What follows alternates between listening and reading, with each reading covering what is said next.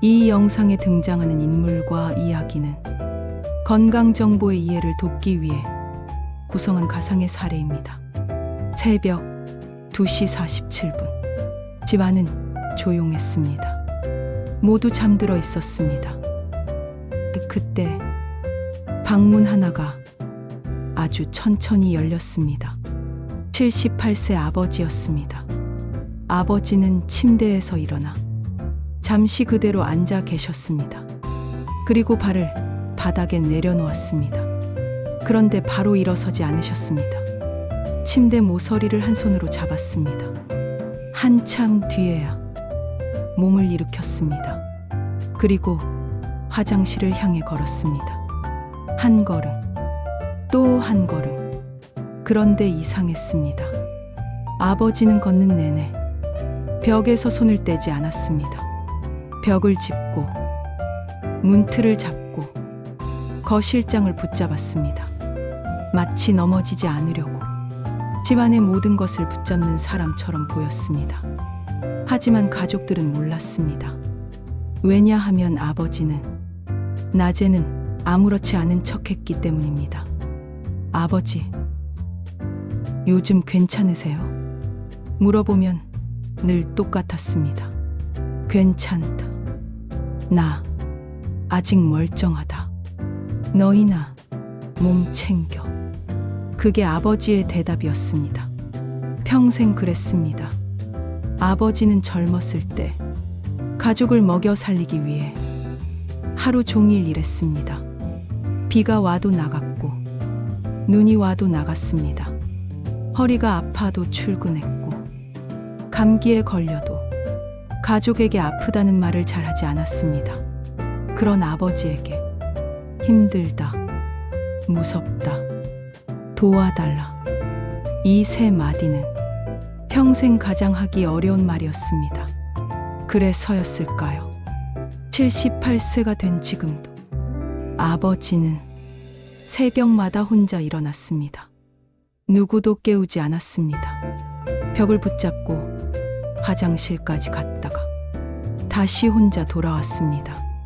그러던 어느 날이었습니다. 새벽 3시가 조금 넘었을 무렵 아들의 잠이 깼습니다. 쿵. 크지는 않았습니다.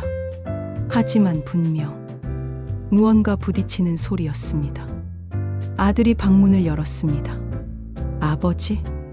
대답이 없었습니다. 거실로 나가보니 아버지가 벽에 등을 기대고 바닥에 주저앉아 계셨습니다. 아들이 놀라 달려갔습니다. 아버지, 괜찮으세요? 아버지는 오히려 아들을 안심시키려 했습니다. 괜찮아. 그냥 발을 잘못 디뎠어. 아들은 아버지를 부축했습니다. 그런데 그 순간 아버지의 손이 미세하게 떨리고 있다는 것을 보았습니다. 아버지도 놀란 겁니다. 하지만 끝까지 말씀하셨습니다. 별일 아니다. 다음 날 아침 아들은 아버지 방에 들어갔습니다. 침대 옆을 자세히 보니 처음 보는 것이 있었습니다. 의자였습니다. 아버지는 침대에서 일어날 때 그 의자를 잡고 계셨던 겁니다. 화장실로 가는 길에도 손으로 짚을 수 있는 곳마다 작은 흔적이 보였습니다. 아들은 그제야 알았습니다. 어젯밤만 그런 것이 아니었습니다. 아버지는 꽤 오래전부터 혼자 버티고 있었던 겁니다. 아들은 물었습니다. 아버지, 밤에 화장실 갈 때 계속 힘드셨어요? 아버지는 대답하지 않았습니다. 왜 말씀 안 하셨어요? 한참 뒤에 아버지가 조용히 말했습니다. 너도 피곤하잖아.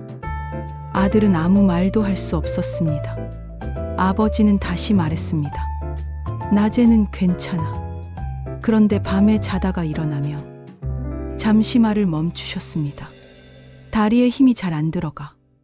가끔 어지럽기도 하고. 그래도 너희까지 깨울 필요가 있나 싶었지. 그 말을 듣는 순간 아들은 마음이 무너졌습니다. 아들이 어렸을 때는 밤에 열이 조금만 나도 아버지가 없고 병원으로 뛰어갔습니다. 아들이 넘어지며 제일 먼저 달려와 손을 잡아주던 사람도 아버지였습니다. 그런데 이제는 그 아버지가 넘어질까봐 벽을 붙잡고 있었습니다.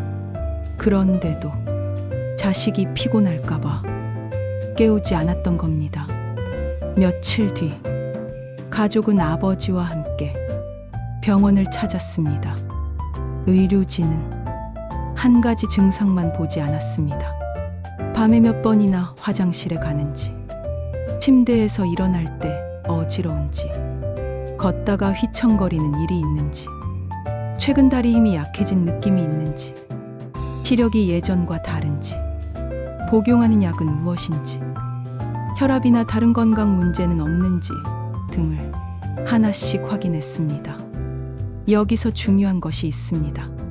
70대 이후에 밤중에 일어났을 때 몸이 불안정하다고 해서 무조건 특정 질환 때문이라고 단정할 수는 없습니다. 잠에서 막 깬 상태에서 몸의 균형을 잡기 어려울 수도 있고, 근력이 약해졌을 수도 있으며, 혈압 변화나 복용 중인 약, 시력 문제, 화장실을 자주 가게 만드는 여러 원인 등이 함께 영향을 줄 수도 있습니다. 그래서 반복적으로 어지럽거나 자주 휘청거리거나 실제로 넘어졌거나 갑자기 이전과 다른 증상이 생겼다면 단순히 나이가 들어서 그렇겠지 하고 넘기지 않는 것이 중요합니다. 특히 갑작스러운 심한 어지럼증과 함께 말이 어눌해지거나 한쪽 팔다리에 힘이 빠지거나 심한 흉통이나 호흡곤란, 실신 같은 증상이 나타난다면 신속한 의료 평가가 필요할 수 있습니다. 하지만 이 이야기를 무섭게 만들고 싶은 것은 아닙니다. 제가 오늘 정말 말씀드리고 싶은 것은 따로 있습니다. 병원을 다녀온 날, 아들은 집 안을 다시 살펴봤습니다. 밤에 화장실로 가는 길이 생각보다 어두웠습니다. 바닥에는 작은 매트가 있었고 전선도 하나 지나가고 있었습니다. 젊은 사람에게는 아무것도 아닐 수 있습니다. 하지만 밤중에 잠에서 막 깨어난 78세 아버지에게는 조심해야 할 요소가 될 수도 있었습니다. 가족은 집안 환경부터 살펴보기 시작했습니다. 밤에 이동하는 길을 밝게 하고 걸려 넘어질 만한 물건이 없는지 확인하고, 자주 사용하는 물건은 손이 쉽게 닿는 곳으로 옮겼습니다. 그리고 아버지에게 말했습니다. 아버지, 밤에 힘들면 꼭 깨우세요.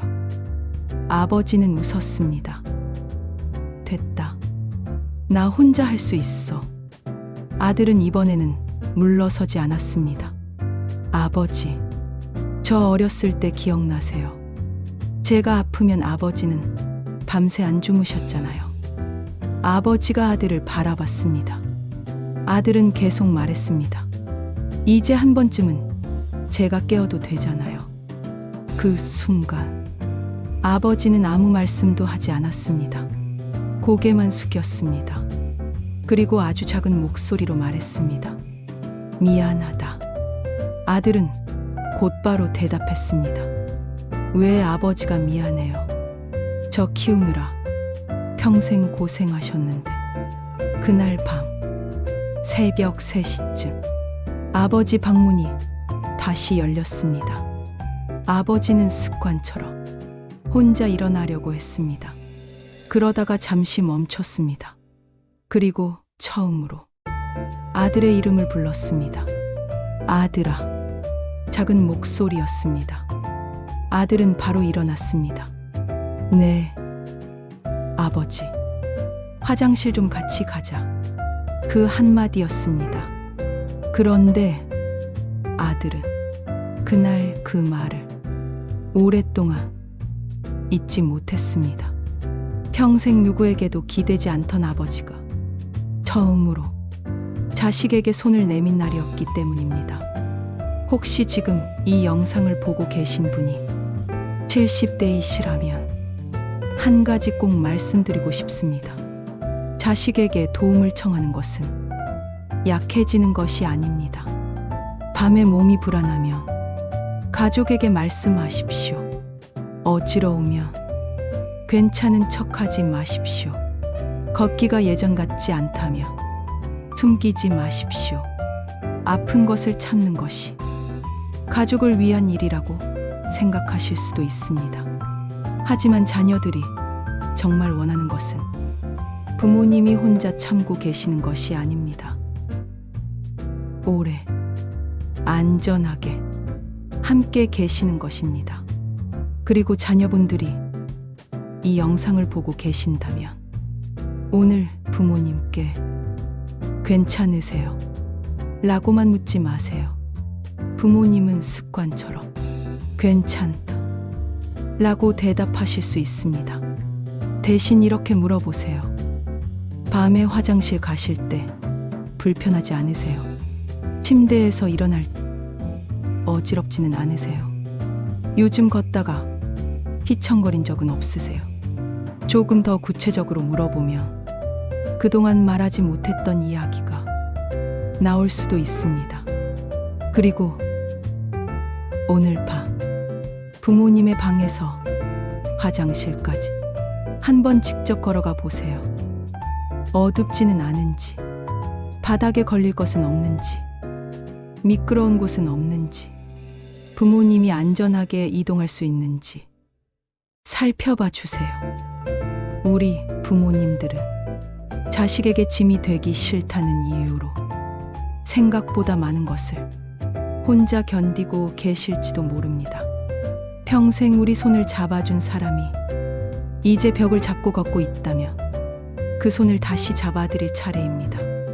오늘 전화 한 통이라도 좋습니다. 아버지, 요즘 밤에는 괜찮으세요?